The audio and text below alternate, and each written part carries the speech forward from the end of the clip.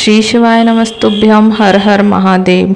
जैसा हम और आप सभी जानते हैं कि राधा प्रसंग पर एक बहुत बड़ा विवाद चल रहा है, जिस पर श्री प्रेमानंद जी नंद जी महाराज का एक वीडियो आया है और कई संत कथावाचक भक्तजन इस पर तर्क वितर्क में लगे हुए हैं और सब अपनी अपनी राय दे रहे हैं।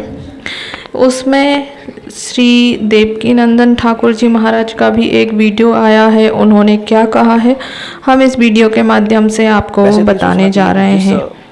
विषयों पर श्री सुखदेव जी महाराज 12 स्कंद 335 अध्याय और 18,000 श्लोकों में कुछ कहने से बचते रहे और प्रत्यक्ष रूप से उन्होंने कुछ कहा नहीं। उसके पीछे एक रीजन है। रीजन यह है कि जिन सर्वेश्वरी श्री राधा रानी के लिए ब्रह्मा भी तरसते हैं, श्री शिव भी तरसते हैं, बड़े बड़े देवता नाग नर किन्नर जिनकी चरण नख के रज के लिए तरसते हैं, जब तक किशोरी जी कृपा न करें, जब तक स्वयं किशोरी जी न चाहें, तो ब्रह्मा जी को भी किशोरी जी के चरण नख के दर्शन नहीं हो सकते।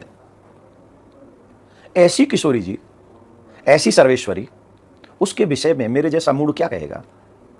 मेरे जैसे मूड को क्या राइट है? हमने ब्रज के संतों से सुना है कि कृष्ण में और राधा रानी में कोई भेद नहीं है, जैसे शरीर में और आत्मा में कोई भेद नहीं है। और संयोग से मैं आज के युग की बात नहीं कर रहा हूं, सोशल मीडिया के युग की बात नहीं कर रहा हूं।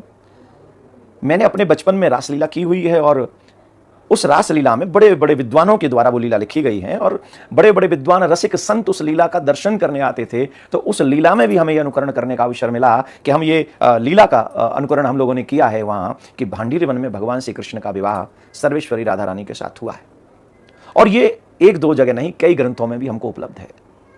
तो इस विषय पर जिसके लिए संत कहते हैं राधाम कृष्ण स्वरूपम वै कृष्णम राधा स्वरूपणम, राधा ही कृष्ण है, कृष्ण ही राधा है, एक स्वरूप सदा दो ही नाम।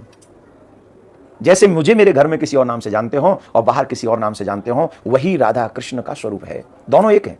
पर अब जो विषय चल रहा है, मैंने पहले ही कहा कि मेरे जैसे मूड को इस पे बोलने की कोई आवश्यकता नहीं है, पर फिर भी मैं आपको एक बात कहूं कि हमारे शास्त्रों में और हमारे कल्चर में, सनातन कल्चर में शास्त्रार्थ करने का विषय है कि अगर हमारे मन में कोई बात है, अगर कोई बात है तो हम जाके सामने बैठें और शास्त्रार्थ करें, डिबेट नहीं। सर्वेश्वरी राधा रानी डिबेट का हिस्सा नहीं हो सकती हैं। मुझे काफी लोगों ने बुलाया कि डिबेट में, मैं नहीं गया। हमारा सनातन में भी सर्वेश्वरी राधा का विषय डिबेट का विषय नहीं है। हाँ, शास्त्रार्थ करें, अब सब बैठें, शास्त्रार्थ हो, अच्छी बात है, पर डिबेट नहीं होनी चाहिए। मैं तो सिर्फ हाथ जोड़ के प्रार्थना यही करूंगा कि सर्वेश्वरी राधा रानी आज के माहौल को देखते हुए, सोशल मीडिया को देखते हुए, हमें सनातन के सम्मान के लिए, सनातन के आदर के लिए इसको टीवी डिबेट नहीं बनाना चाहिए, बल्कि अपनी अपनी मति अनुसार सर्वेश्वरी श्री राधा रानी के विषय में जब हमें मैं तो ये कहूंगा कि जब सुखदेव जी नहीं बोले उस विषय पे, तो हम लोगों को भी बड़ी मर्यादा, क्योंकि वो इतना बड़ा तत्व है, सर्वेश्वरी राधा रानी का इतना बड़ा तत्व है, इतना बड़ा तत्व है, हम थोड़ा भी प्रयास करेंगे तो कहीं ना कहीं मिस्टेक हो जाएगी हमसे। तो मेरा तो यही निवेदन है कि हम इस विषय को बैठकर ही प्रेम से समझाएं, यही हम आपसे आशा रखते हैं। और मेरे लिए राधा रानी क्या है? मेरे लिए राधा रानी मेरे प्राण से भी ऊपर है। हम युगल उपासक हैं, हम निम्बार्क संप्रदाय के हैं, तो हम तो सर्वेश्वरी राधा रानी के मतलब वो हमारी सब कुछ है। इसीलिए मैं डिबेट में नहीं गया। एक ही निवेदन हम आपसे करेंगे कि ये विषय टीवी डिबेट का नहीं है, सोशल मीडिया का नहीं है।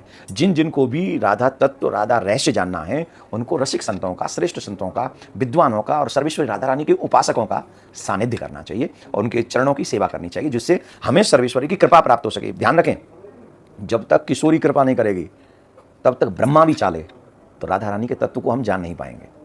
ठीक है, तो इसको टीवी डिबेट न बनाएं, सोशल मीडिया पर इसकी डिबेट न करें। जिन जिनको राधा तत्व जानना है वो रसिकों का संग करें। राधे श्याम।